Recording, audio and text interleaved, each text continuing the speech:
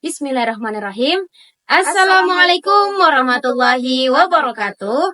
Halo teman-teman sekalian, kami dari Program Studi Pendidikan Agama Islam YAI-DDI Polewali Mandar.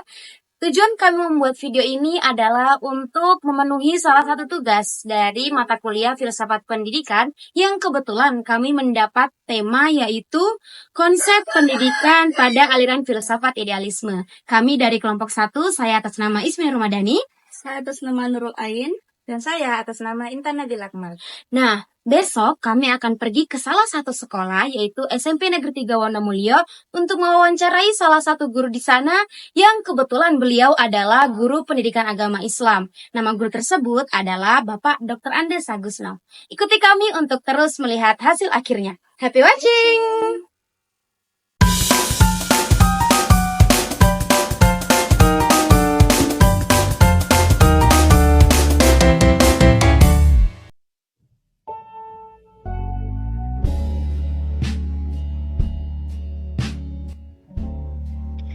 Dalam pandangan filsafat idealisme, pendidikan bukan hanya soal pengetahuan, tapi juga tentang pembentukan jiwa, moral, dan karakter peserta didik.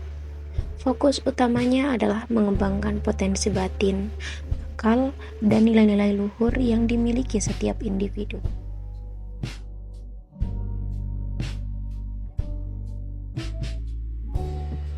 Untuk memahami lebih dalam bagaimana nilai-nilai pendidikan dalam filsafat idealisme diterapkan di dunia nyata, kami melakukan wawancara bersama seorang narasumber. Melalui wawancara ini, kami ingin menggali pandangan beliau tentang tujuan pendidikan, peran moral dan karakter dalam proses belajar, serta metode pembelajaran yang digunakan di kelas.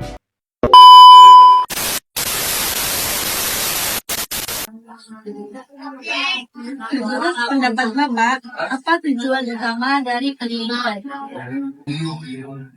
Untuk menjawab pertanyaan ini tentu kita mengacu kepada tujuan pendidikan secara umum yang sebagaimana tertuang dalam Undang-Undang Siswi dan Nasional. Tujuan pendidikan yang utama adalah mengembangkan potensi peserta didik agar menjadi manusia yang beriman dan bertakwa terhadap Tuhan yang Maha Esa, berakhlak mulia, sehat, berilmu, cakap, kreatif, inovatif, serta mandiri, dan menjadi warga negara yang baik dan bertanggung jawab. Di pendidikan, tujuan pendidikan itu bertujuan untuk mencerdaskan pikiran bangsa, membentuk watak serta peradaban bangsa yang bermakna. Gitu, yang sekarang. Dari penjelasan Bapak tentang pendidikan, apakah dalam pendidikan Bapak lebih berfokus hanya menyampaikan materi saja, ataukah lebih ke pembentukan karakter siswa? Jadi dalam mengajar itu, selain mentransfer ilmu pengetahuan kepada siswa, itu yang kedua juga harus menanamkan nilai-nilai karakter kepada peserta didik. Jadi memang sebaiknya guru itu fokus pada keduanya, ya, yaitu penyampaian materi dan pembentukan karakter siswa. Jadi pembentukan karakter siswa merupakan bagian penting dari pendidikan dan tidak bisa diabaikan. Sebaliknya, penyampaian materi juga penting untuk memberikan pengetahuan dan keterampilan kepada siswa. Ya. Dari pertanyaan sebelumnya, itu tentang pembentukan karakter siswa. Selanjutnya saya akan bertanya tentang moral. Apakah Bapak percaya bahwa pendidikan itu mengarahkan siswa untuk menjadi pribadi yang bermoral? Ya, saya percaya dan harus, ya, bahwa dalam pendidikan itu harus mengarahkan siswa untuk menjadi pribadi yang bermoral tinggi. Karena pendidikan ini memiliki peran penting dalam membentuk karakter, nilai-nilai moral dan etika individu. Jadi pendidikan yang berkualitas tidak hanya memberikan pengetahuan, tetapi juga menanamkan nilai-nilai luhur yang akan membantu siswa menjadi pribadi yang berintegritas dan siap menghadapi tantangan hidup. Menurut Bapak dari pemaparan Bapak tadi, seberapa penting nilai moral dan etika dalam pembelajaran Bapak di kelas?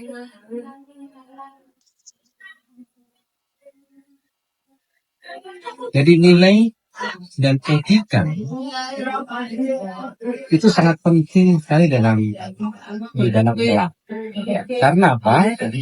Karena nilai-nilai ini akan membentuk karakter, perilaku, dan interaksi sosial siswa.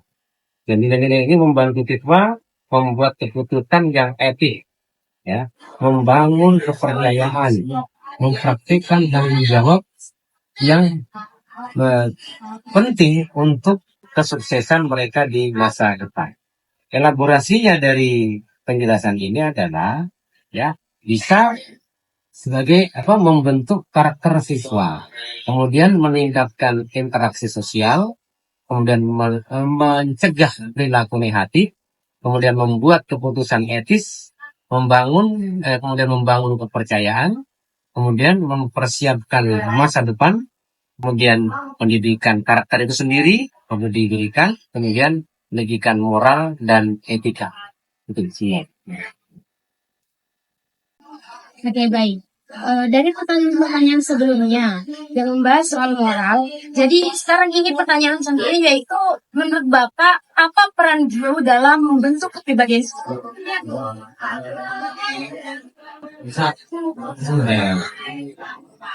Jadi peran guru dalam membentuk kepribadian siswa itu sangat penting atau memiliki peran yang sangat penting dalam. Jadi tidak hanya sebagai penyampai informasi, tetapi juga sebagai teladan. Dia juga membimbing moral dan sekali juga fasilitator. Jadi pengembangan diri, mereka membantu siswa atau guru membantu siswa mengembangkan karakter, nilai-nilai positif dan keterampilan sosial. Nah, kalau kita urai, ya, maka guru itu pertama sebagai teladan, sebagai pembimbing moral, kemudian sebagai fasilitator pengembangan diri, kemudian sebagai pengamat nilai-nilai, kemudian sebagai pengembang keterampilan sosial, juga sebagai inspirator dan motivator, ya, sekaligus juga sebagai pembentuk budaya kelas positif, yaitu yang kaitannya tadi dengan bagaimana ini tadi peran dulu dalam membentuk kepribadian. Pertanyaan yang tadi, Pak, dari jawaban Bapak tadi, seorang guru membentuk kepribadian siswa itu sangat penting. Nah, apakah Bapak sudah merasa berperan sebagai panutan atau teladan bagi para siswa yang Bapak ajari? Iya, jelas. Karena kita sebagai guru, ya, selain merasa juga memang harus menjadi contoh dan teladan bagi para siswa itu. Maka guru itu asalnya dari bahasa guru, digugu dan ditiru. Maksudnya dia diperhatikan dan memang ditiru apa-apa yang dia lakukan. Itu harus berperan sebagai panutan atau teladan bagi siswa. Jadi guru memiliki pengaruh, karena guru memiliki pengaruh besar dalam membentuk karakter dan moral siswa melalui contoh perilaku dan sikap yang mereka perbuat. Ya, contoh konkret, contoh konkret yang bisa saya sampaikan, misalnya guru yang datang tepat waktu, menyelesaikan tugas dengan baik, dan menunjukkan rasa hormat terhadap orang lain, itu dapat menjadi contoh bagi siswa-siswanya.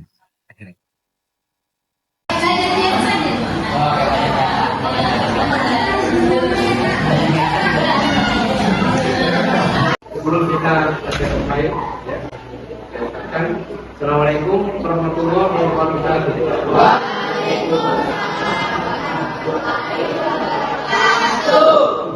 Sebelum kita mulai pelajaran, kita sama-sama berdoa.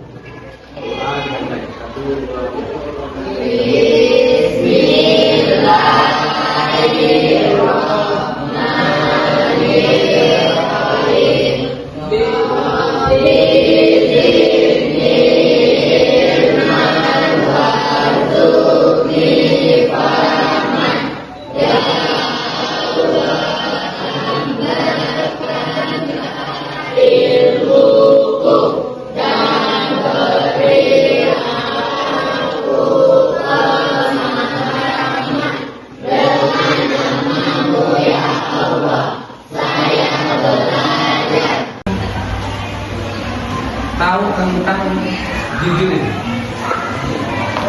Ya, untuk jujur apa? Jujur itu pertama, jujur di lingkungan keluarga, jujur di lingkungan sekolah, jujur di lingkungan kakak. Kalau di lingkungan keluarga sering kita lakukan, ya. Misalnya apa?